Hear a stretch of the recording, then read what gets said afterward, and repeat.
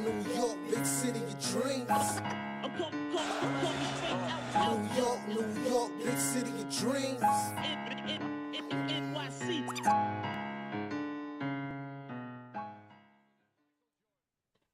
What's going on? This is Jay Ellis from Knick Of Time Show here, giving you that Knicks talk just in Knick of time. And it's time to talk about a Knicks loss in overtime because the Knicks lose to the 76ers 106 to 112 in game 5 back in MSG. Knicks were up. They were up with 6 points with about 27 seconds to go. And Tyrese Maxey hit 2 big shots. One 4-point play where we was fouled by Mitchell Robinson from the 3-point line. Even though to me the foul was kind of, Mitch was standing straight up and down. So I don't think that was a foul. But then he hit a really tough shot by the logo for 3, forcing the game into overtime.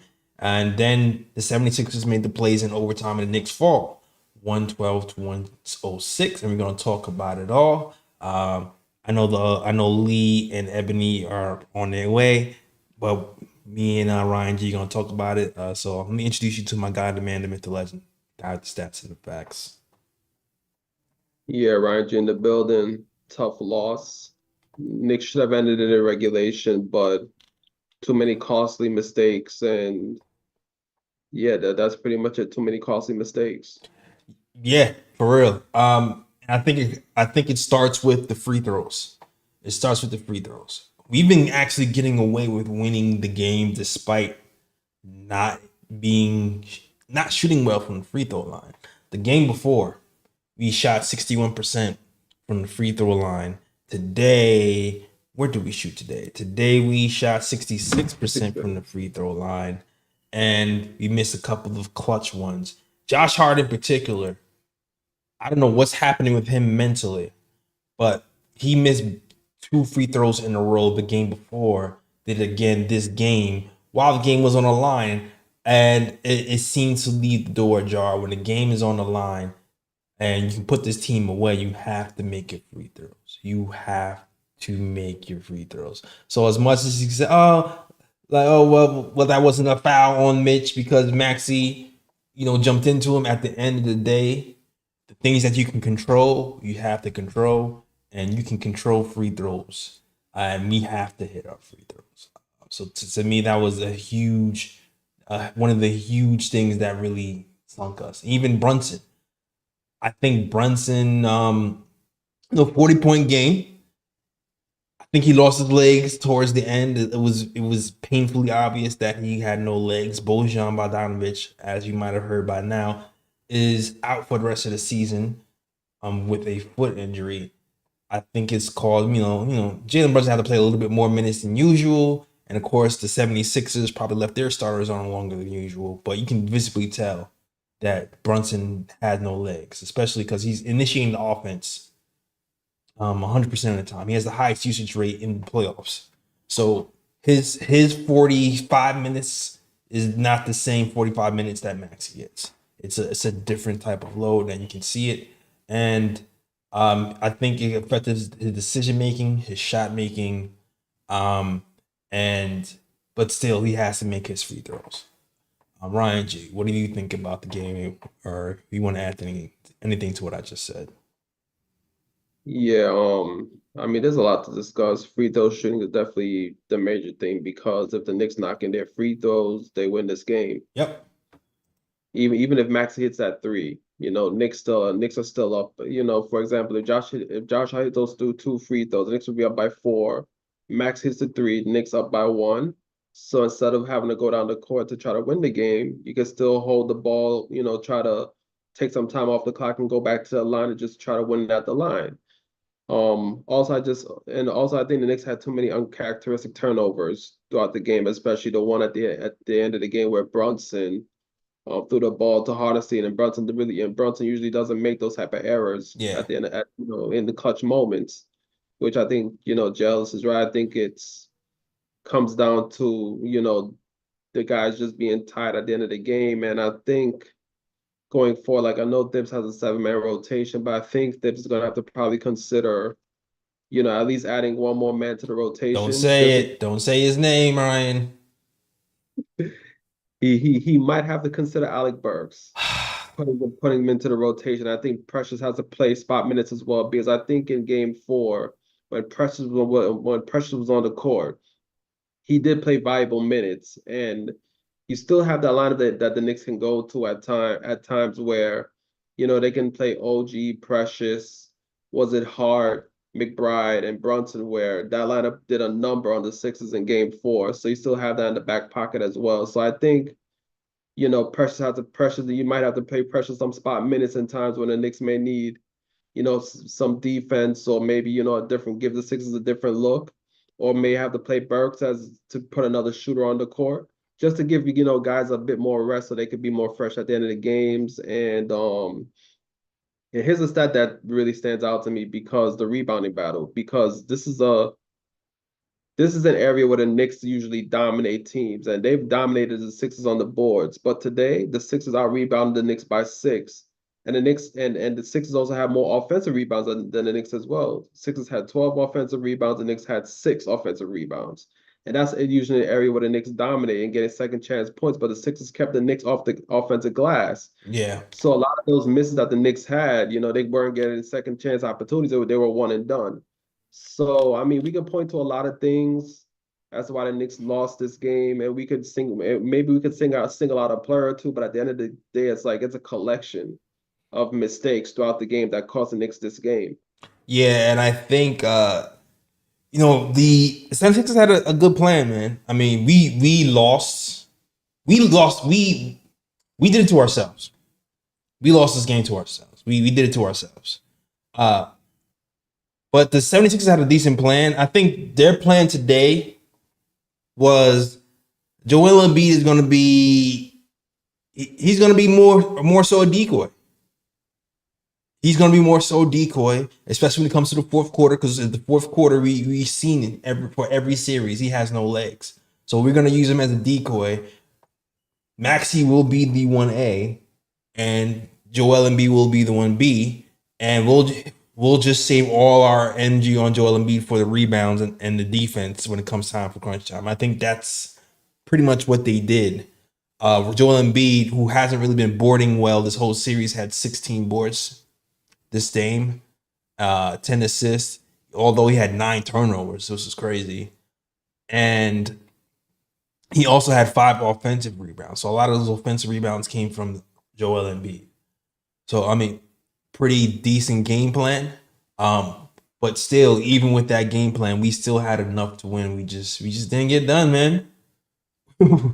we just got to get it done, and we got to do better. And Brunson in particular, here's the thing too. The decision making. Like, I think one of the big decisions that were wrong and maybe it's fatigue or what, was when the game was on the line in the fourth quarter, Brunson is going to the hole.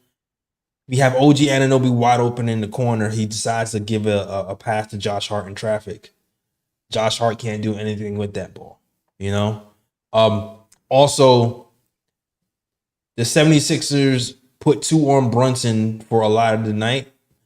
I feel like we've had success when he was able to move the ball, and he was able to trust his teammates after, focusing on them.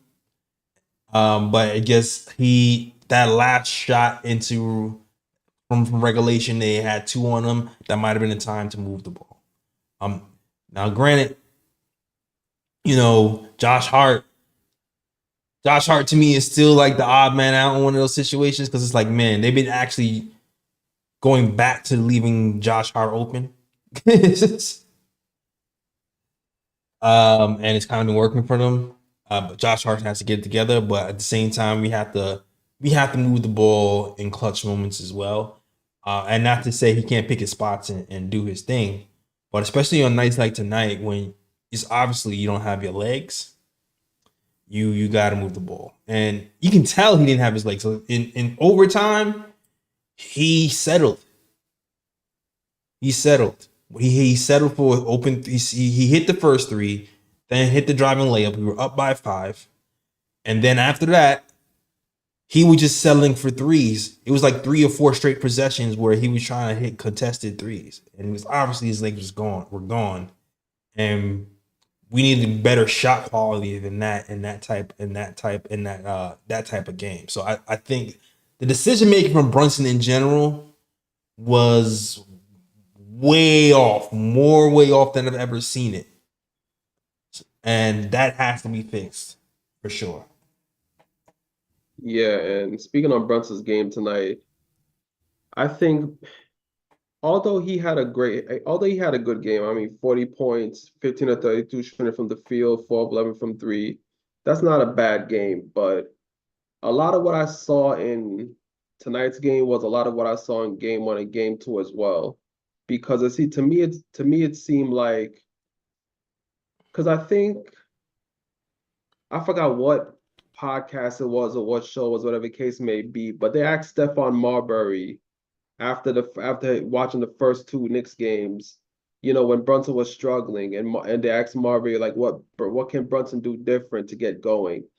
And Stephon Marbury basically said that, when Brunson's attacking, he has to make quick, decisive decisions. Like he can't, dribble, and not make a decision when he has the ball in his hands. And I think he went back to that in Yeah, this game.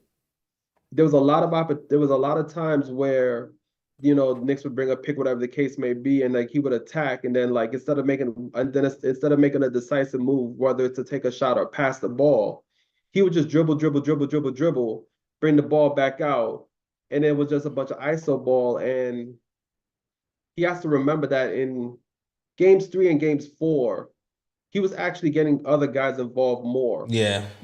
He was actually making quicker decisions when he was attacking the basket, and he would either get to his spot and take the shot, or he would pass the ball out, and then the ball would move around to the guy who got the open shot. And I think he did less of that in this game. And I think that's what killed the Knicks offense as well in certain possessions. No, I agree because the change to me, like the Knicks started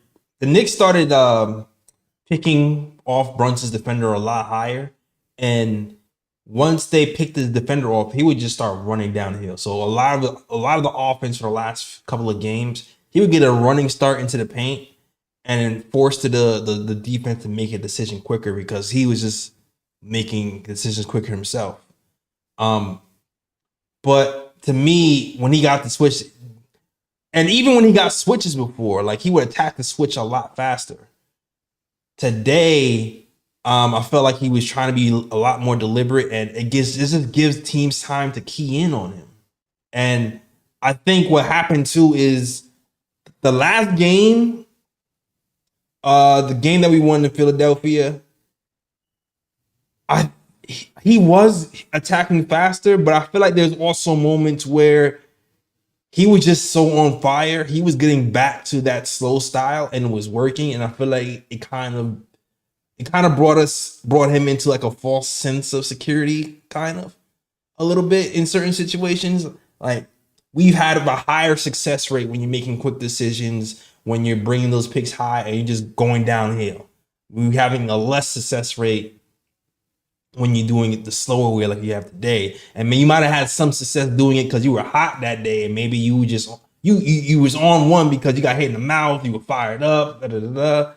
But now, like to maximize your success, even though you can do that, we need to kind of attack faster. So Yeah, yeah. yeah, exactly. And just to add one thing as well, I think even though this game ended badly for the Knicks, I do think the Knicks can take a positive away from this game. I think the positive being that if you look at the two games that the Sixers won, it took Herculean efforts. Like game three, Joel Embiid drops 50. This game, Maxey had to drop 46 to beat the Knicks. So I mean, you look at that and you look at that and you take it into perspective and you're like, okay, the only way this team beats the Knicks is if one of their guys have a Herculean effort where they're just on fire and there's little you can do to stop them. So I think if the Knicks can just, because game six, going back to Philly, Philly has the momentum now, so and they're gonna be home. So you know that Philly's gonna, come into that game charged up, and the Knicks are gonna have to withstand a huge punch Right. from early in that game and try to, at least in range where, they could try to keep it close and try to nip the game towards the end. But I think if the Knicks can just try to like at least try to slow down. Like if they can just find a way to slow down either Maxi and Embiid, just try to find a way to slow them down and just try to stay close in the game. And then Brunson has to get back to making quick decisions with the ball. When you have the ball in your hand, quick decision. You attack the basket.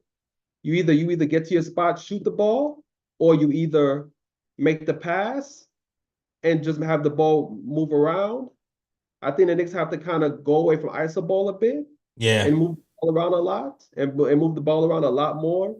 When fourth quarter comes and you know that you need your buckets, then you go to Brunson for those moments. But I think the Knicks have to bring more ball movement into game 6, and they just have to try to key in on Maxi because if they're going to continue to use Embiid as that decoy, they're going to Right. have to key in on Maxi more and force Embiid to have to be the one to score, knowing that he's hobbled and things of that nature. I think if the Knicks can do that, they'll come out of game 6 with a win. Yeah, because Embiid is done. Embiid, it's really a Maxi. It's really Maxi. Yeah. Like at this point, it's Maxi.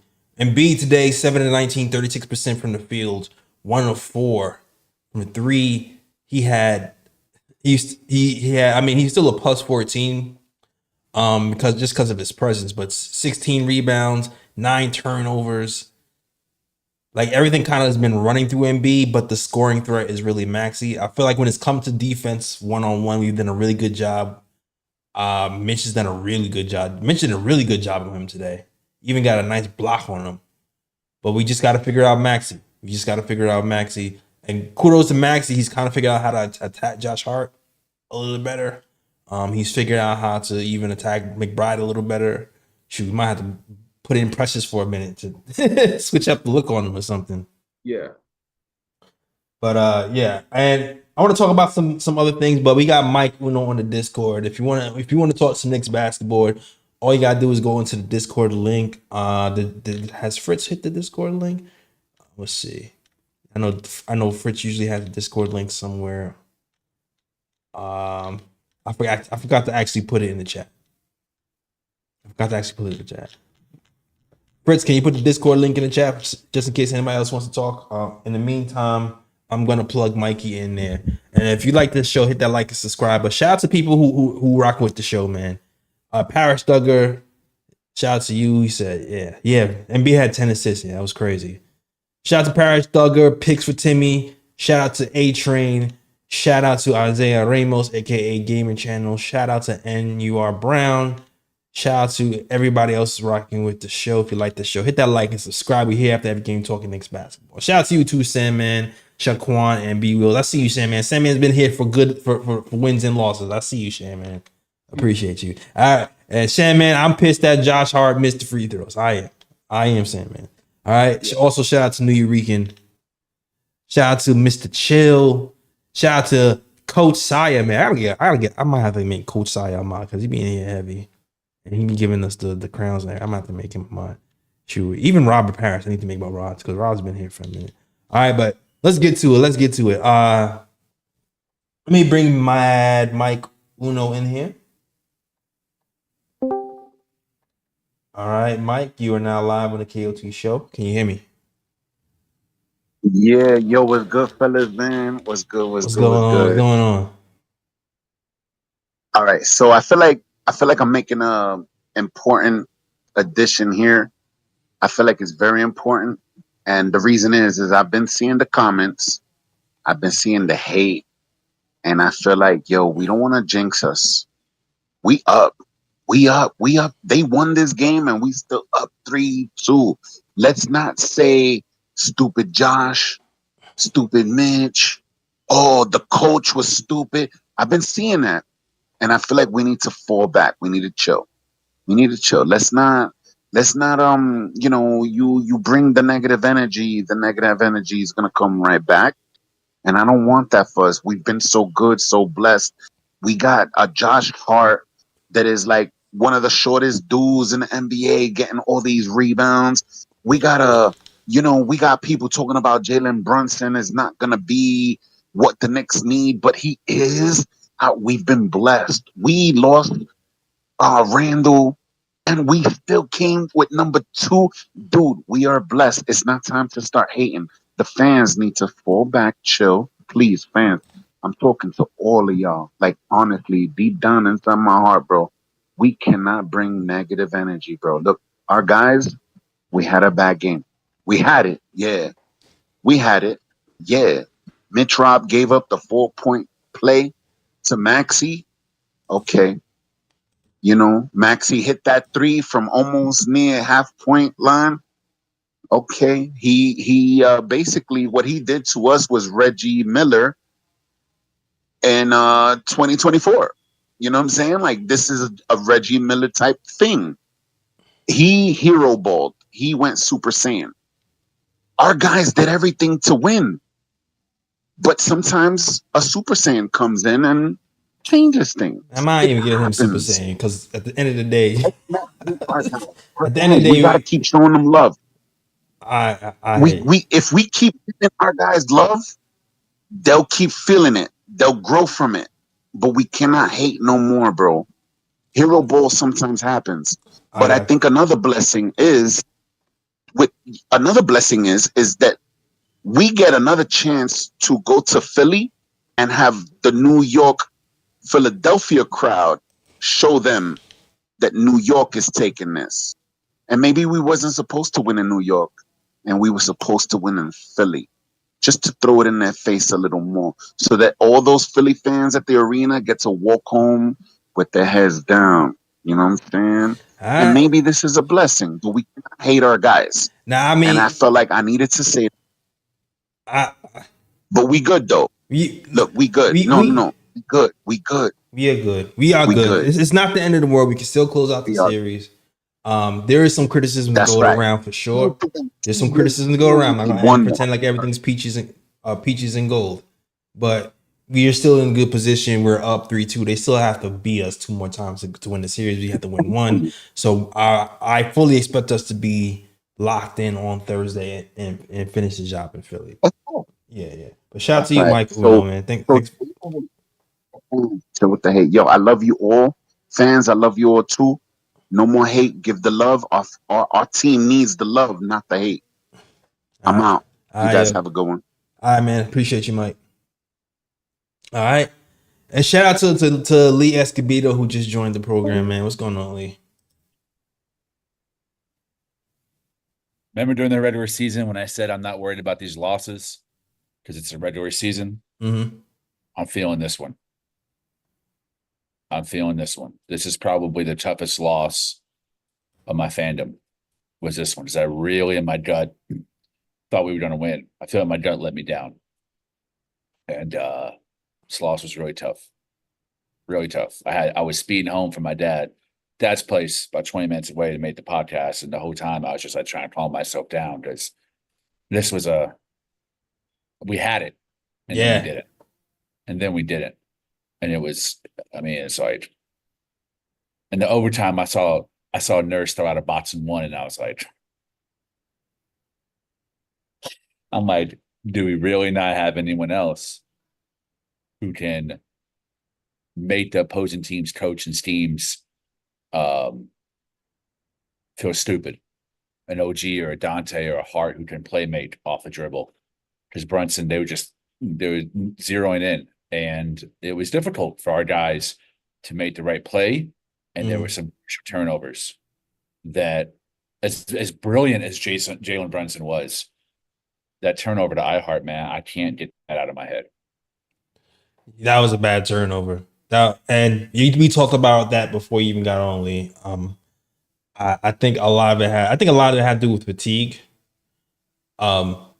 Because I was telling Ryan G and people watching, Brunson went to a pull-up 3 like 3 times in a row. he played 50 minutes at this game. I think he was out of gas and he was just looking to just end it. It's just that's what I saw. You don't usually see Brunson just go to pull up threes 3 times in a row like that unless he's like hot. You know what I'm saying? Yeah. So to me, it smelled of bailout to me. It smelled of I don't have legs. I gotta just see if I can end this now. And this is one of those moments when you're missing another playmaker. This is one of the moments like I need a couple of plays off. I have the highest usage in the playoffs, and so my 48 minutes is a different than Max's 48 minutes. Where we can, kind of play off of somebody else, and we just needed another playmaker in that moment. And I think, funny enough, the short time that Tibbs went to Dante, because he doesn't test Burks anymore. So when Brunson went to the bench, he went to Dante. It got a little bit shaky. This is kind of when we missed Bogey a little bit because we've been going through Bogey and McBride a little bit for playmaking, and now in the playoffs we have to go back to Dante for the playmaking. So I don't know if we go. We've been asking a lot of McBride. Maybe you go to McBride for more playmaking at the fourth quarter. Maybe you go there. I don't know. He's been kind of out of worldly in general, but like when you're looking at the stats and the efficiency, especially this game, McBride 6 of 11, 54% from the field, made 4 assists, didn't shoot well from 3, but he was steady, -1. So maybe that's where you go. I don't know. When you say playmaking, do you mean like scoring the ball, like creating something off a dribble, or are you talking about getting others involved? I'm talking about somebody who can initiate the offense besides Jalen Okay. Brunson. Okay. It's like, hey, I need a breather. I'm just going to chill in the corner for a while. You guys, break down the defense, swing the ball. If there's a breakdown, I'll swing it to me and I'll hit this corner 3, like something like that. Okay. Not necessarily that Deuce has to score off the dribble or anything. If it's there, and he's been doing that. He's been actually doing pretty well, reading the situation, beating people off the dribble, and either getting to that pull up at the mid range or going all the way to the hole. But I don't know. Maybe we have to lead into that. I don't know. Okay. Yeah. Then we're saying the same thing. That's kind of what I got on when I first. I'm having difficulty putting my words together because I'm so gut punched from this brutal loss. But yes, when Nurse went in that Boston one, it was a shrewd move because he was counting on no one else being able to create their own shot with the Philadelphia's defense tightening up in the overtime and fourth quarter. So it's tough. I don't like the hard pendulum swings from Tibbs is a great coach to Tibbs. I've seen some people in the chat already seen on Twitter that Tibbs choked the game away, or Tibbs can't get us past the first round. I highly disagree with that, or any severe criticism of Brunson or anyone else on his team. I think everyone really played their ass off, and Philly just outsmarted us. Nick Nurse, no matter how annoying he is or how much he complains about calls, is a very, very, very good coach. Maxey's a very, very, very good player, and so is Embiid. And we lost. They were the better team tonight, and we lost to the better team. I think people get upset, but you have to look at the whole picture. Like, Knicks are up. Tibbs has outcoached Nick Nurse this series so far. He really has, and really, like, the evidence is in the wins and losses. The evidence is in the wins and losses, and like especially the last game, he like severely outcoached Nick Nurse the game before. So I think it's kind of premature to dump on Tibbs now, even though as harsh as this game was and as gut punchy as it was to lose this game. Listen, Josh Hart hits 2 free throws, we're not having this conversation. Like you can say, you know what, we needed to find more minutes for somebody else to play minutes, which that can be a valid argument. Maybe you play Alec Burks, you roll dice on Alec Burks, even though he sucked all year. I don't know. Because your choices are Alec Burks and Precious Achua, right? Those are your choices when you're talking about who else can get minutes to give more people a breather. Those are your choices. Maybe you put in Precious Achua for Josh Hart, but when it comes to subbing out Jalen Brunson, there's not really much to go to besides Lewis McBride and Dante with Bogey out. So once again, I go back to last year when people were blaming the coach for the loss to Miami, and I'm going, is this a coaching loss or is this a personnel loss? And I go back to that. Like, we don't have the horses. We don't have as many horses. Nobody here even trusts Alec Burks. No one trusts Alec. So to say, well, throw it, it's like, you throwing Alec Burks? Okay, cool. That's a you're rolling the dice there too. End of the day, we have to do the things that we set out to do. You cannot win games shooting 67% from the free throw line. And we got away with it before, shooting 61%. We got to hit free throws. We got to hit free throws. We got to not turn the ball over. That's what it is to me. Yeah, and just to add on to that, like, I understand, when people get upset, they have to find somebody to blame or whatever the case may be as to why they lost this game. And it's like, at the end of the day, as much as we want to blame the coach, players are human. Players are going to make mistakes as well. Like, sometimes it's not even the coach, because the Knicks had a chance to win this game. Like, Knicks, like Thibs never told Mitchell Robinson to foul Tyrese Maxey on the 3-point attempt and give Maxey a 4-point play. That's Right. not coaching. That's a player mistake. And then again, when Josh Hart's at the line, Thibs never told Josh Hart to miss a free throw and he was at the line. That's a player mistake. And then Maxey hitting the 3-point shot. Like, come on. Maxey shooting the ball from damn near half court. Like, if a guy's going to take a 3-point shot, it's like you want him taking it from all the way out there as opposed to a 3-point shot that's in a reasonable range. So again, it's like you have to take these things into perspective and be like, is it really coaching or is it the players making a mistake here and there? Then on top of that, people are acting like as if the Knicks are down right now. The Knicks are still up 3-2, like Jay Ellis said. Thibs has gotten the best of Nick Nurse for the majority of this series. And this one game slips away because players made mistakes when they were on the court. Yeah. So all the Knicks have to do, if the Knicks get their act together for game 6, make less mistakes and just play with more focus. I mean, honestly, like the 2 games the Sixers won. Game 3, Herculean effort from Joel Embiid, drops 50 points.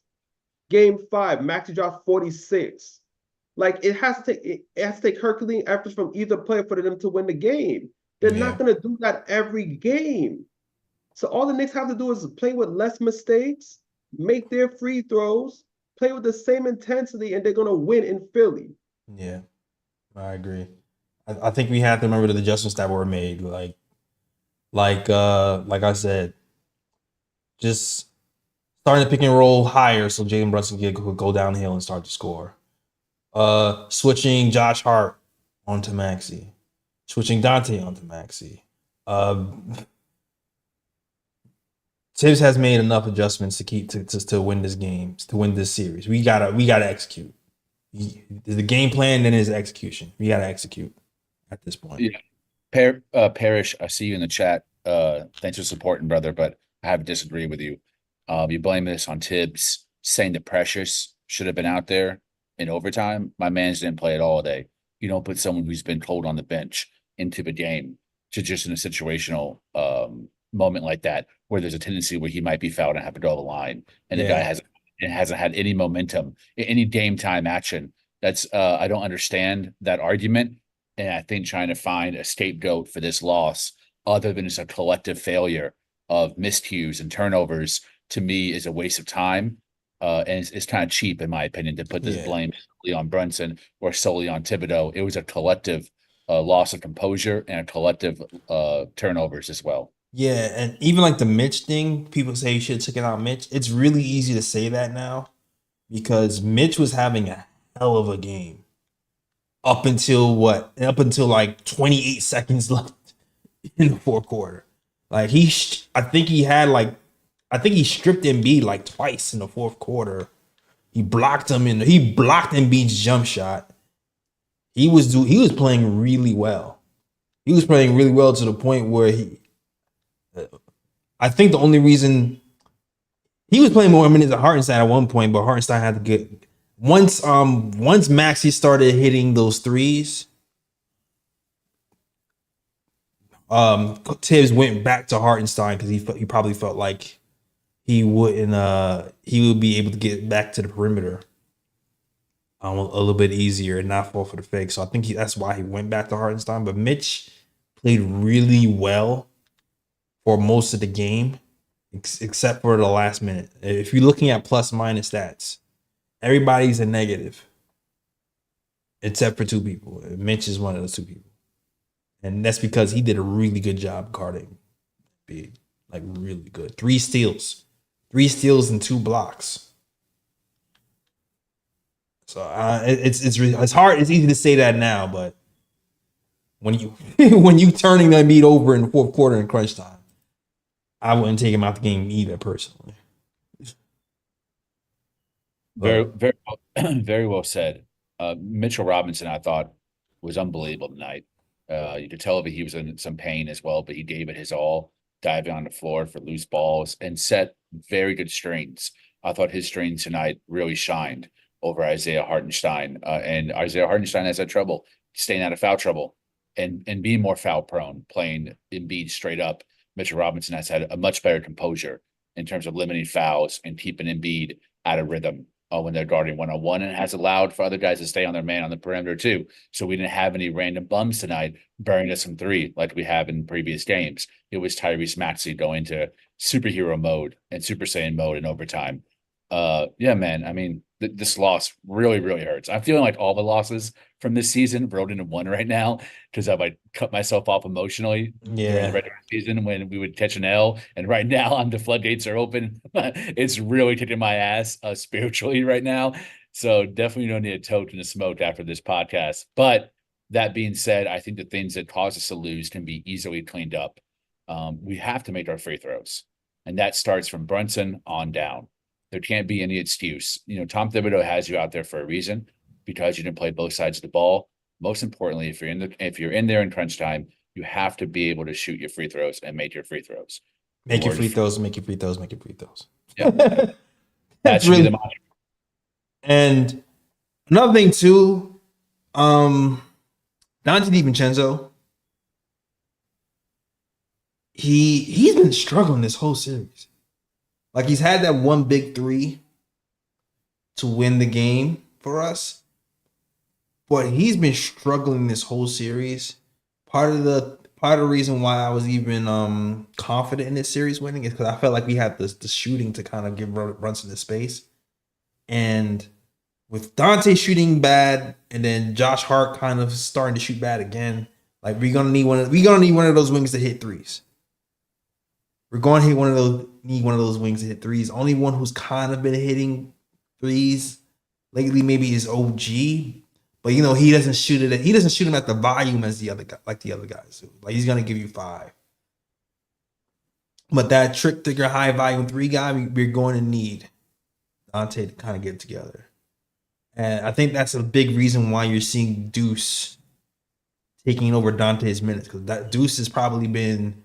Not probably. Deuce has been our most reliable 3-point shooter in this postseason so far, which is freaking amazing. So yeah, man, we need more shooting from Dante and OG. Funny enough, I kind of liked OG's game today. The only thing is the one turnover to Mitch in the critical moment of the game. You've been hitting that little baby fall away mid-range all game. Why throw it to Mitch while he's under the basket in a weird position? Just take that shot. For sure. Just take that shot. But besides that 7 for 12, 58% from the field, 40% from 3, 6 rebounds, a block, 2 steals. He had a couple of breakaway steals too. I don't know, how did he end up with a -10? I have no idea. He has the lowest plus minus on the team right now. I don't even understand how. Yeah, it's crazy. I don't even understand how. There must be something I'm missing. Has anybody been lining them up? Like, the 76ers only have like 3 players. So it's like maybe Kelly Oubre. Was he guarding Kelly Oubre and Kelly Oubre was playing better than usual? I don't know. Uber only had 14 points, really. I mean, Tobias Harris had 19. He started on Tobias Harris. Yeah, but so maybe because Tobias Harris actually had a decent night before. yeah. Maybe that's what it is. But I actually kind of liked OG's game today for the most part. All right. But also, you know what? Shout out to the chat. I know we got our guy tell him on the Discord, so we're gonna bring him in. But shout out to the chat before I bring him in. Shout out to A Train, Craig Ward, Parrish Thugger, Marshall L, Pigs for Timmy, Clavine Doris, 19 comment NYC 84. Shout out to Mike Uno's in the chat as well. Shout out my college friend Ruel Smith. What's going on, Ruel? Shout out to you. All right. And everybody else is rocking with the KOT show. Alexander, I see you. Ivory 10, I see you. And Mine Playful Pup, I see you. If you like the show, hit that like and subscribe. And if you're new to the channel too, give me that new. Put new in the chat. And I'll shout you out. Shout out to Glamour Knicks too. I see you. Shout out to you guys. All right. It's time for some talent. Is Tellum in the Tellum is not in the. Is Tellum ready? Is Tellum ready fit? I see him in the waiting room, but I don't see him in the next caller room, so I'm not sure if he's ready or not. He might still be getting ready. Let me know when he's ready. But yeah, I still feel like we have a chance. I still feel like we have the better team. Like at the end of the day, when I'm looking at our team and I'm looking at their team, the Knicks have more reliable role players to me. Which is why I think ultimately we'll win this series. Even though they might have the 2 All-Stars, I just still feel like we have the more reliable role players. Like they're playing Kyle Lowry all these big minutes and he had 0 points. You know? Yeah. 0 points in 26 minutes. Like once he starts running out of tricks and the refs get like hip to all his flopping and stuff, he's kind of becomes useless. Yeah, pretty much. And Marshall said that the Bucks are up by 10. If the Bucks can extend that series, please, Bucks extend that series. Please. Please. We need some rest. We need it. Woo. For real. Yo, shout out to Ebony, man. Ebony's back. We all said our piece, Ebony. So I don't know if you're ready to talk. We got tell him Alejandro ready to speak. Do you want to speak now? Or you want to let tell him Alejandro speak? Why you get your thoughts together? Yeah, you want to? Yeah, you could let him speak. Let him speak. All right, cool. All right, cool. Tell him Alejandro. I'm about to bring you live. Yo, tell him you are now live in the KOT show. What's going on, my bro? Testing. 1, 2, 3. Yeah. Yeah, we live. Hey, what's going on? How you doing tonight, Jay Ellis? Mm-hmm. What's going on tonight? My truth telling Lee, my man with the stats and the facts, Ryan G, and my girl Ebony. Shout out to everybody enjoying the KOT show tonight. Yes. So boom, it's a pleasure to hear from y'all. The last time we spoke, we was talking about discount Ben Leon and how he needed the wheel and deal. Since then, we traded for OG. We got a few pickups here and there as far as like developing Precious, developing the dudes, getting loose, and boom, now we cooking. It's nice to be in this position where we upset because we feel like we should have won a playoff game. But not too long ago, things were a little bit different. But I'm going to tell you what doesn't feel good, ladies and gentlemen. The fact that we got to live through this crap. Josh Hart, 1 out of 2 free throws in the last minute of the fourth quarter. What is that? OG Anunoby, 1 out of 2 free throws in the last minute of the fourth quarter. What is that? Jalen Brunson, right before hitting the game time 3-pointer. The technical foul free throws, missing 1 out of 2. What is that? The last game, game 4, in the final minute, Josh Hart, 2 free throws, 0 for 2. What the heck is that? So the first thing we got to do, Knicks fans, we got to stop beating ourselves. You feel me? Cut the turnovers. Make your free throws. Emphasis on those freaking free throws. I want to see them players in the gym just doing free throws, not running around. For the first time, Tibbs is just switching it up, not even putting pressure on them to wear their body down. You feel me? We got to pay attention to those details. That's number 1. Number 2, y'all already pointed this out. The offense in overtime, ISO ball, the lack of ball movement. That's not lit, Brunson. You better than that. You're not just the best point guard in this conference. Now you're better than Curry. You're the best point guard in the league. And you got to lead the team in the end, even if we fatigued and tired, even if we don't have that second scorer in Randy. You got to make sure you keep them guys involved. Because look at the other team. How did they win tonight? What was their best player doing? He wasn't involved offensively as far as scoring is concerned. He was letting his Robin rock, was he not? But he was definitely involved in the play. He was getting the ball first and setting people up to execute. So Brunson needs to take a step back. I believe Ryan G said it. Similar to games 3 and 4. Brunson did a better job of getting his teammates involved.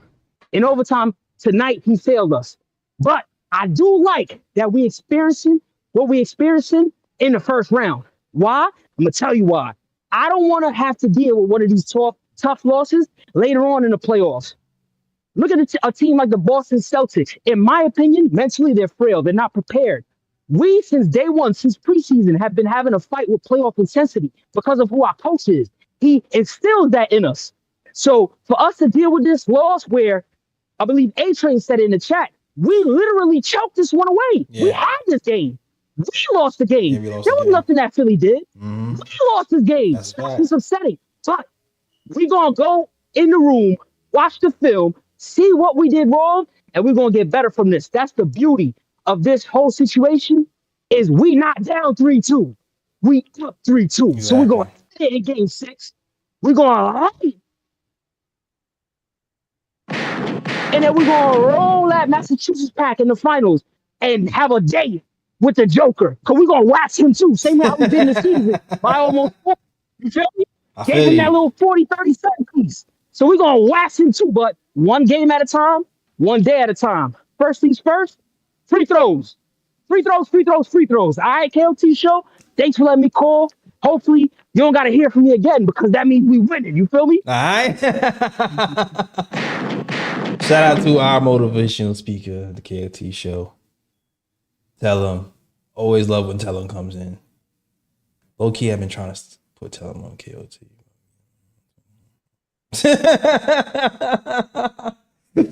Tell him already know what's up though. All right, let's get to it though. Let's get to it. Shout out to Ebony. Shout out to Ebony. You've been joining us late. I know it's been hard to get on here after this loss. We've all kind of said our piece and broke down the game. What's your perspective on the game? Yeah, this one's a tough one. It definitely was a tough one. I was stuck for a minute, just not able to move. And then when I was just like, dang, like we were so close. We were so close.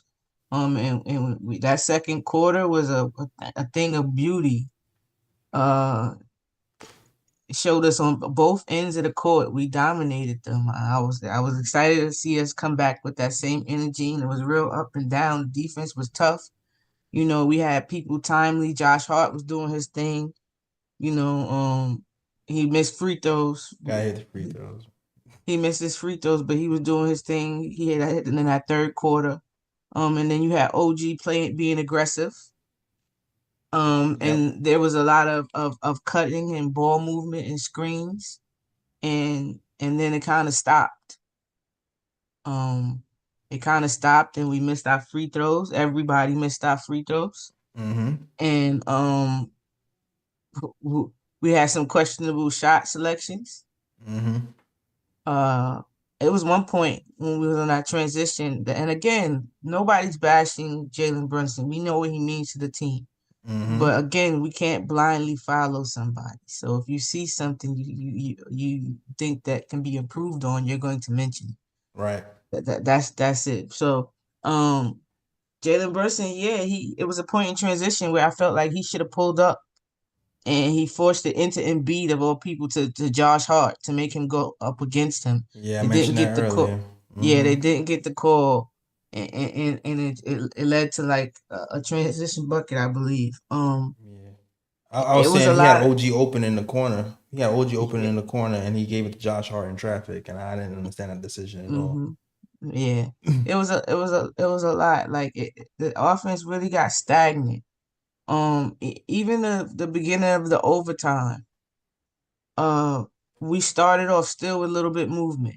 But it ended up Brunson buckets. He had like 5 consecutive points or so in the beginning of the overtime, and it was because of pick and rolls. Mm-hmm. And then I guess that kind of set the tone. Like he thought, but I think he iced out his Robins. Like I agree. he iced out the others because OG was helping him out throughout the game. So was Josh Hart. Like so was Deuce. You know, Deuce. Shaq didn't know who Deuce was before. I bet he know who he is now. Yeah. Fourth leading scorer of the team in this series. Yeah, and as of my guy Mitch, who was having damn near a perfect game until that foolish foul. Uh, it's always cool to look back and say what the coach shouldn't have did before, but he was in the game because of his play throughout the game. You pretty much said exactly what I said.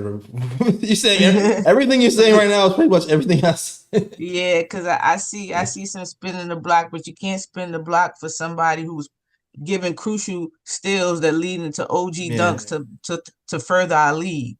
You get what I'm saying? Who Nah, I set the agree. picks? Who set the picks that got Brunson them open threes in the overtime? And that's what we Like said. we Yeah. watch what we want to see when we don't like a player. And you notice that not one time did I mention that other center because it's never them versus it's never a competition for me, but for them. They are one in my eyes. You get what I'm saying? Like a perfect center rotation. And like I said, Mitch was in there because he was playing Embiid better. Yeah. So again, it's cool to say, yeah, what Tip shouldn't have did before. But again, he's playing people now who are impacting the game the most. That game. I agree. Again, everybody doesn't watch the game the same, and that's okay. I know we're talking about X's and O's and like the game. Just to be a little like forthcoming here, this loss really hit me hard, for sure. I'm sure we can all say that. Oh, yeah. I had limited experience with Knicks playoff games, and I really thought we were going to win this one. I just want to say I'm very grateful, and I think all of it. I'm grateful for the chat, even though it's who spinning the block on Tibbs, even though it's who is saying some really ass crap takes. I'm just very thankful that I live in this day and age of technology that we can hop on this podcast and talk with one another and air out our grievances and like vibe with one another, even after an L. I know it's all fun and games after a W, but after an L, I'm just so grateful that we had this community, KOT community of the fans, of the panel, of Jay running everything. Like and Fritz, I'm just very grateful to be here right now because I already feel better than I did in the car by myself. When I was I'm not gonna lie, bro. I was in a dark place driving home. So now I feel better now. Thank you guys. Therapy, dead serious because I do feel better. Sure. I feel better. Trust me, during that game was a lot of cursing, a lot of table Oh slamming. man. Oh man. Look, I don't know if you guys can see it, but I feel better. I think I can show y'all my shirt now. That's you funny. See who that is?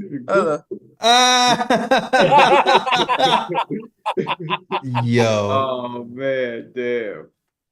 That's crazy. It's a member since 2014. Damn.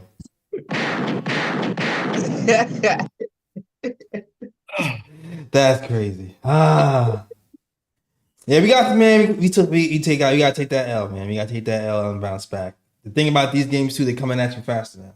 Coming at you faster. I think that's my theory of why Josh Hart is starting to miss now.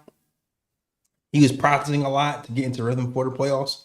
Now, it's not practice time. It's just you playing 50 minutes. You ain't practicing now. You resting.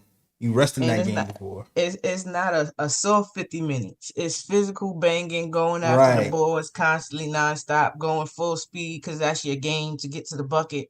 it's not an easy 45 minutes at all, not even by a little bit.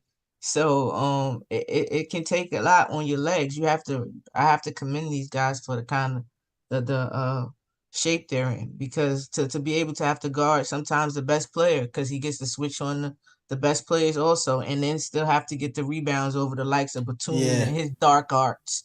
exactly. And listen, we didn't really foul Embiid. The rest wasn't giving him any dumb stuff either. Like I know, I really don't like except for the Mitch foul, because I still believe that Mitch was standing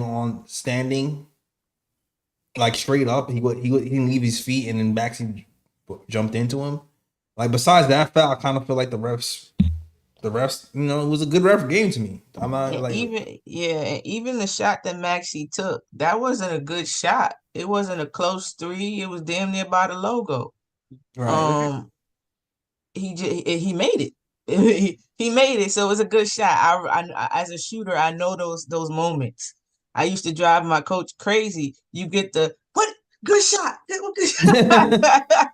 Yeah, So it happens. It happens. I'm disappointed. Yeah, we one of the keys before the series started for me was we couldn't beat ourselves. That was one of my keys to winning this series.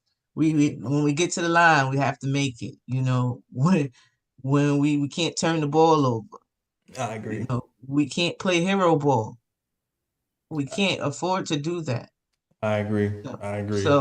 and again, it just feels weird because we're so used to Brunson always making the right decisions in these moments. But he is human. Yeah. He is human. And I, he's allowed, and like Alejandro just said, I'm glad that he got it out now.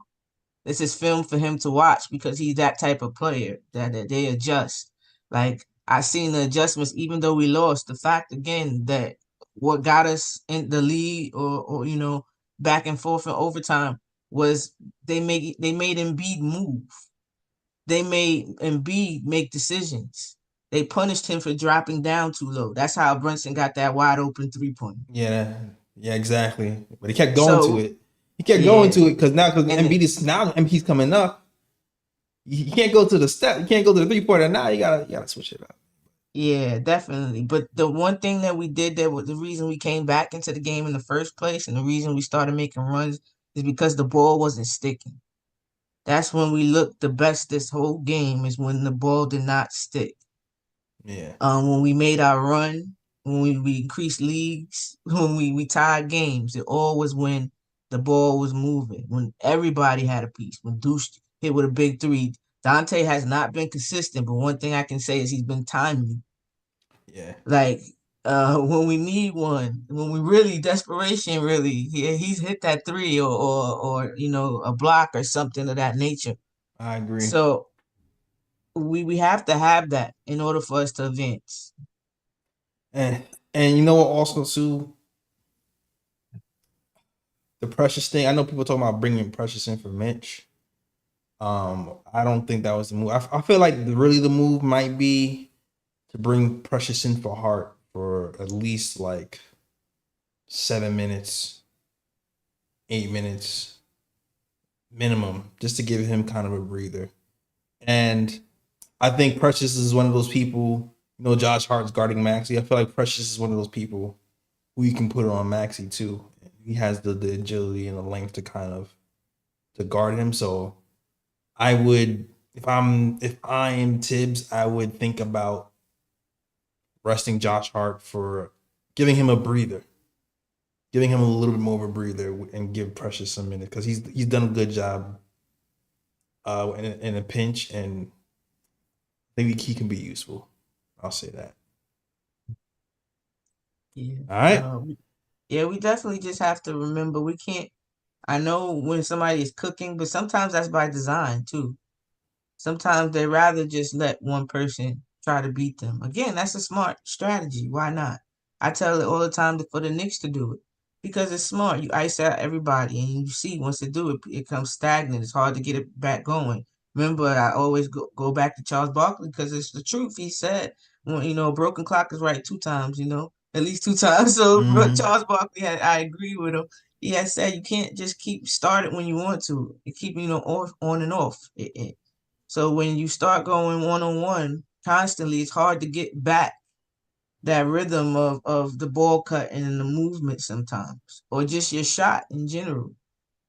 So we can't afford for anybody on our team to just, constantly do that. And that's no slight to Jalen Brunson, because again, we're so used to it. Feels weird because we're so used to him making the right decisions in these moments. So again, playing is the best teacher. Yeah, I already know Brunson. Brunson is not going to sleep tonight. Brunson is not going to sleep tonight. I saw him. On the sideline damn near throwing the chair. Yeah. Yeah, and I think the one thing we could take solace in is that this team always bounces back from tough losses. Like that's the type of mentality they have, and that's the type of intensity that they play with. Like this team is never down. You know what I mean? Like if you look at Brunson's demeanor, who's the leader of this team, Brunson never appears down.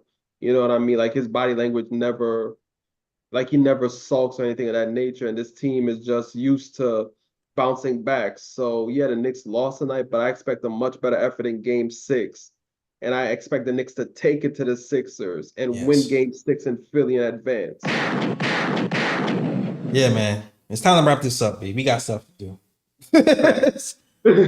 Yeah, and we can't take we don't know about the guy on my shirt against us and his dark arts. I'm sorry, not dirty. It's called Yeah, right, nah. dark arts. We need to wrap that up.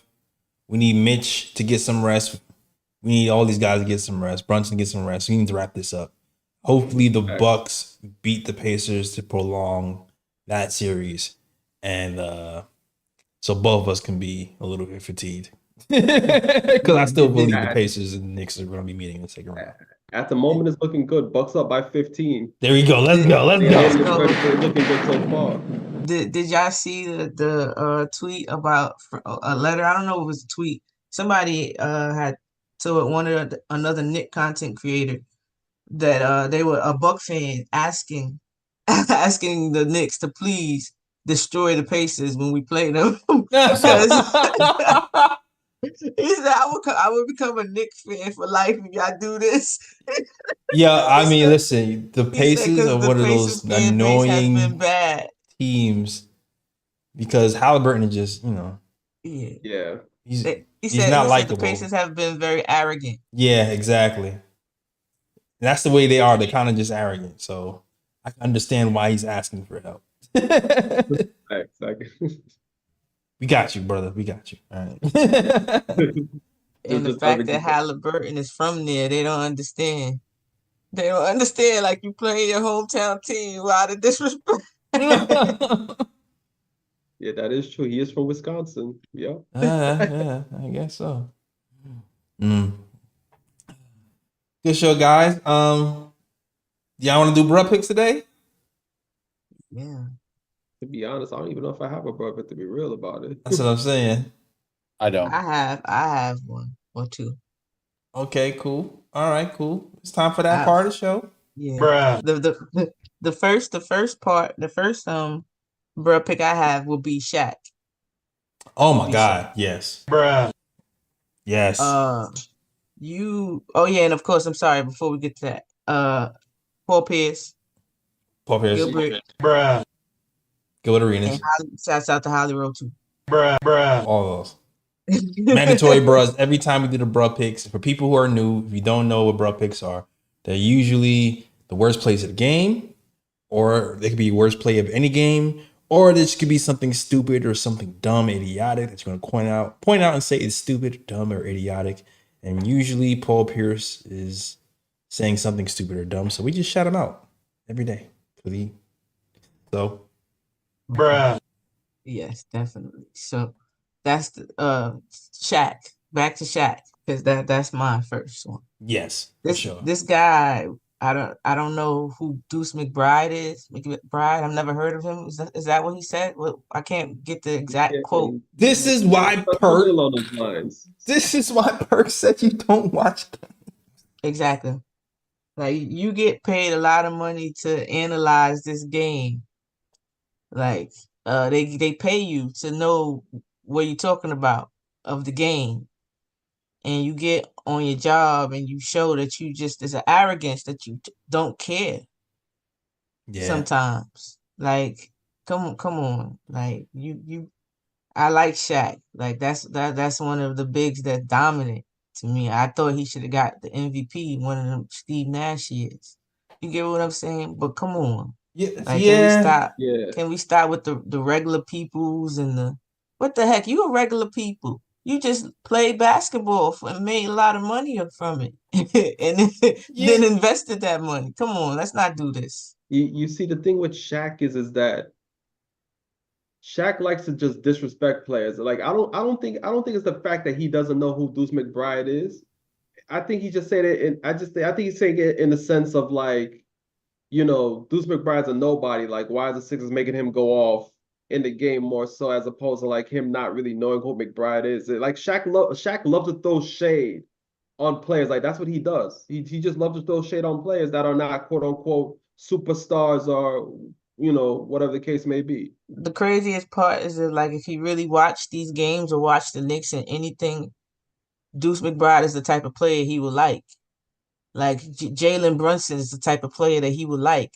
Like he talks crap about Steph and he talks about that all the time, how he talked crap about Steph and he proved him wrong every time. That's the type of player Jalen Brunson is. So like if you really watch this game, his attitude towards us wouldn't be like that, really. Because Yeah. those are the type of players that he really likes. And this is why channels like this exist. Because you can't rely on the ESPNs to really give you the coverage. You got to come here. You got to go to your local stuff. And Alan Hahn and Monica, they do a good job too. Don't take anything away from those guys. But we're here a lot. we're here a lot. Paying attention in every detail. Exactly. All they do. Yeah. And the second one is stands or people who have a gripe against players. Everybody has a player that they don't like. Like I don't like Jamal Murray. And it might be more feelings towards that, but I just can't I don't like him. Like I don't like him. And I can understand that he's a good player and I can tell you I don't like him. Interesting. So that's just me. And I don't get it, but it is. But let's go back from way back. So that's it. But when you look at the game and you can't stand a player so much, sometimes it blinds you to the person's game in whole because you're only focusing. You're trying to focus on on the person's negative. When they do good, you kind of look over it because you be like, all right, he lucky. That every once in a while. That's what you think in your head. Sometimes you could think in your head sometimes, and it may diminish what they're doing. Right. Like you can't do that. So the people like trying to spin. You can't even spin the block because he had a damn near almost perfect game until the foul. Like so, his whole game is crap because of that. Like that's crazy. Bruh. And yeah, that's nutty. That's nutty. Absolutely nutty. But and offseason, yeah, Devin Booker offseason trades. I ain't talking about Devin Booker. We ain't trying to think about no Devin Booker. You got to have a certain amount of dog in you to be a Knick. Yeah, he ain't got that dog in him. But yeah, I think that was it. I had somebody else, but of course my memory shot and I forgot who it was. So I guess that's it. That's it. All right. Those are good. Those are good ones. All right, cool. Oh, we got pics with Timmy. Timmy's in the Discord. I guess he wants to close it out for us, and then get head on out. So somebody said LeBron James being dunked on by Jamal Murray. Oh, that was a bro. LeBron getting dunked on by Jamal. Bruh. What is that? Yeah, Alexander. Oh man, that's a good one, Alexander. All right. All right, picks with Timmy. About to bring you in. All right, so get ready. Get ready, my guy. Get ready. Okay, picks for Timmy. You are now live on the KOT show. Picks for Timmy. You are now live on the KOT show. What's going on, picks? What's good? What's good, man? Jay Ellis, man. Ryan G. Stats and the Facts. Lee Escobedo, Rookie of the Year. Ebony, man. What's good, y'all, man? Man. All right. So let's get right into it. We got to the third quarter of this game, and I was telling myself, we're going to the ECF, possibly going to be facing a team like Boston, possibly even going to the finals and facing a team like the Nuggets. If we're in that situation, is this the type of execution that we want to carry over into the next series? No. I told myself that in the third quarter because my playoff journey as a Knicks fan, my very first memory is watching the Knicks get smacked against the Rockets in the finals. So my progression of watching this team has not just been watching this team just to craft a win or a loss. It's been watching this team to look at the identity of what's being put on the floor on a day-to-day basis, right? And for fans that get really upset about what goes on a game-to-game basis, like, I challenge you, yo, like, really take the time out to look at the identity of the players, what's being put on the floor defensively and offensively, what that game plan, the switches that's happening to them and how they're responding to it. It's like watching a game of chess on the basketball floor. But when it comes to X's and O's at this point, I don't think there's really too many more adjustments that this team needs to make. We had an opportunity for shadow work. So when we're going in to watch this video from this game, the Knicks are going to see one of the worst versions of themselves that they've seen throughout probably like the past like 16 games. Like, there was just no execution down the stretch to be able to close out the game. And I've seen Jalen Brunson respond time and time again. I expect him to clean this up like it's going to be nothing. You know, this will just be another part of the legend of Jalen Brunson and the New York Knicks this year, man. One of the things that even coming into this playoff series is the fact that this group of our starting five, even if you want to, you know, add Mitch into that mix as well, they really haven't been together all that long. So we're still learning on the fly. Everything that happens to us, even as playoff experience, is an opportunity for us to really be able to grow. And the taste, like the taste of this particular loss, like, I think that's something that's really going to carry over significantly if we end up playing the Pacers in the next round. If we end up playing the Bucks or whoever, we'll be able to find out our identity and what we need to be able to do to close out games. As far as playmaking is concerned, I think even with the team that we have, even with Bogey out, throughout the season, we've seen playmakers arrive in Josh Hart and Isaiah Hartenstein. Deuce has done some playmaking, as Devo as well. Guys will step up. And a part of that identity that we have is that next man up mentality. So when we go into Philly, man, I'm expecting the Knicks to put their best foot forward. And let's go ahead and close this thing out, man. Let's go, man. Stand up, New York. That's all I got, yo. Later. All right. 5-star call. Shout out to my guy picks, man. Facts on facts. We got great people watching. We got great people Yes, watching, man. Facts, Yeah. facts. For sure. Yeah, man. Nothing more to say. I have just something to say. The picks for Tim, definitely. I agree. I don't think we need to do any changes. I just think we need to stop going away from what's working. Yeah. I agree. If we can do that, and on top of not beating ourselves, I think, you know, again, sky's the limit for this team if they can do that consistently. Move the ball, hit free throws. Hit free throws. Yeah, exactly. And I got one more thing to say, because I'm reading the comments and I'm reading the comments in the chat. Everyone, calm down. Be easy. The Knicks are up 3-2. The Knicks are not down.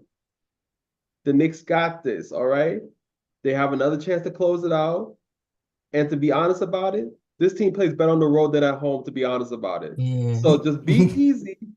Calm down. Knicks got this, all right? Let's and like go. and Let's yes, go. exactly. And like mentioned, they still gelling and still growing their game themselves. Cause iHeart showed a little bit something else in his bag with the mid-range jumper today. Man, listen, So so we might have to work on his pick and pop next season. Yep. yeah, that mid-range jump shot didn't look bad at It did all. It look did not not look that's bad at all. we might have to look. We might have to work on a pick and pop next. We might have to be some Kurt Thomas type of situation next season. Oh, my favorite, crazy eyes. and, Kurt, the crazy eyes, and you can't the original crazy eyes, right? Bobby yeah, Yep. Portis is the Yeah. teammate. exactly. Woo, he used to kill people with the pick and pop from the mid range with Yeah, Kurt. like that mid-range jumper was water all the time. Like Yeah, Was. every time was like it was going in. Mm-hmm. Fact. definitely, and it's crazy because I'm still sick that we lost this game because our defense was defensing. You know, Yeah, we had him our under 100 rotation, points. the rotations was on point this game so much to help. Dante got help blocks. OG, it was block, and we're not during the season. We were almost last in blocks, and then during this playoff series, though, it's like block party style. Mm-hmm. So it's again, we just can't beat ourselves, and we have a team that makes adjustments, as you see. We do make adjustments now. So I just I know that the outing will be better. I agree. I agree. Yeah. Let's just get this win, Look man. how Let's just get this win. yeah, look how they played. Look how they played in B, y'all. They made Yeah, sure to keep their hands out. They exactly. didn't You can reach see. Yeah. in. They made sure their hands is out. Mitch took a lot of beating by just doing this because Embiid coming full force at his Man, chest. he got elbowed So in the face yeah, twice. in the face And they only multiple called it times. once, but they have to go to the tape for a challenge for them to call that. Multiple times. So yeah, we're making adjustments and our team is dogs and they don't like to lose. Yeah. So I see better maybe, play more, seek more pressures, get some more minutes for Josh Hart out. Instead of so many Josh Hart minutes, maybe try pressures for a little bit longer. Yeah, I agree. Um, I agree. Mark, uh, game 6 is Thursday. Yeah. Game 6 is Thursday. All right. mhm. I'm gonna go ahead and drop a new pick. I got a new pick for my main man, Mitchell Robinson. My guy obviously isn't 100%, but the amount of growth that he has shown as our longest tenured Knick, I remember the first 2 seasons, how foul prone he was, how goofy and clumsy he was, butterfingers under the post, and he looked confused and out of place a lot of times too. You can tell that he's really dedicated himself, not just as a professional, but as a human being. There's something to him that he really, almost more than anyone, puts his whole heart and body out in the line when he's on the court. And I think he embodies what the New York Knicks mentality is almost more than any other player. And I really want to give her flowers to Mitch, who has went up into my top 5 favorite players on the team. And he's guarding right now maybe the best scoring big man since Shaq. Embiid is an impossible cover, extremely skilled, 5-level scorer, high IQ, and also has a dog mentality and plays hurt. He's got a lot of heart, and Mitch is out there giving everything he has on one leg. So I just want to give some props to Mitchell Robinson. I know I've been going team iHeart, on this channel, but right now Mitchell Robinson's been one of the 2 MVPs for this team, and it's been awesome watching him hold down the fort, mano a mano, with the current MVP of the NBA. Yeah. Having Mitch there, man. Having him, I mean, we still been doubling, but we don't have to double every single time. And that's the benefit of having Mitch here. Yeah, I've it's a noticed soft most of double. the doubles happen also when it was either like a precious or like a mismatch or iHeart, like when they didn't want to leave him on the island type vibe. Mm. Got you. Shout out to Mitch for sure. All right, cool. That's the show.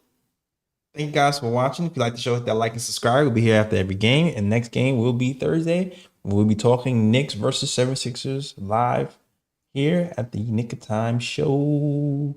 Also, super chats and those things are welcome as well. If you want to support the channel, super chats are welcome. Also, I think Cash App and all that stuff is in the description as well. And if you can't support that way, you can always just hit that like button and share it and let people know what's going on over here at the KLT show. All right. All any type of support is great support. All right, cool. All right. So, Ebony, let them know where they can find you, Ebony. You can find me here after every post game. You can find me on Twitter, Twitch, and Instagram at Mad Knick Fan. And in Liberty season, I run post game for I do Bowling with the Queens, the Liberty post games, and space, and every pregame, You'll Take Knicks, another Twitter space. All right. So That's what's up. That's what's up. Lee, let them know you can find you, sir. At Twitter, @_ Lee Escobedo, LEEESCOBEDO. Been trying to be on my best behavior for the playoffs. Trying to start any more fights, not to fight with any more Knicks fans.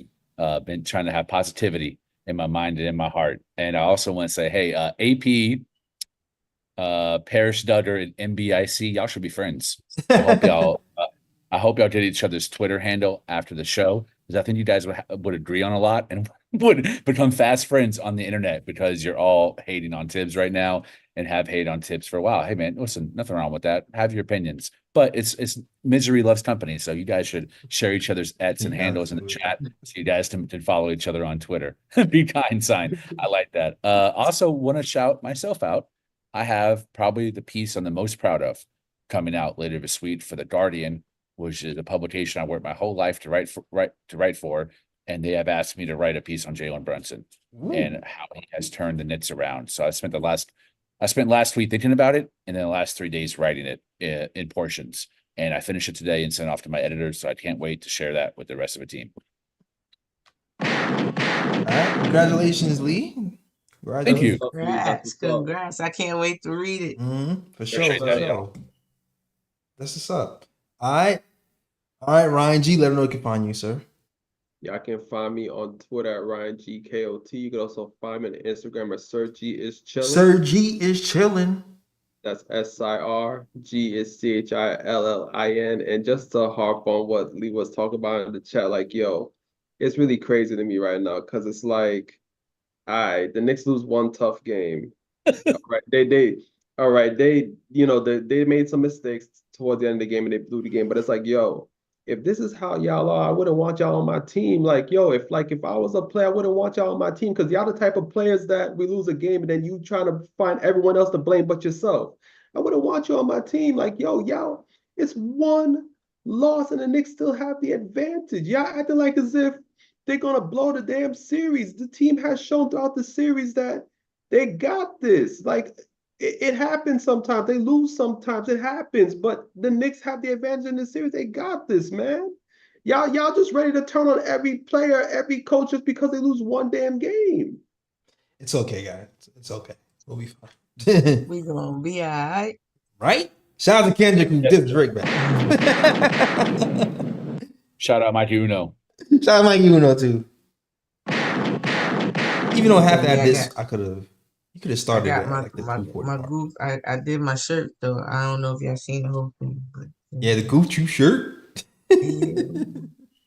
All right. You can find us at the KLT Show on Twitter, the Knick of Time Show on Instagram, and the Knick of Time Show on Facebook as well. All right. All right, cool. That is the show. Thank you guys for watching. And as always, Shout out the World Wide West. Everywhere we go, we leave a worldwide mess. it's a mess out here in these Knicks YouTube streets. That's the show. We out of here. Peace. Go get some damn rest. New York, big city of dreams. New York, Oh, big man. city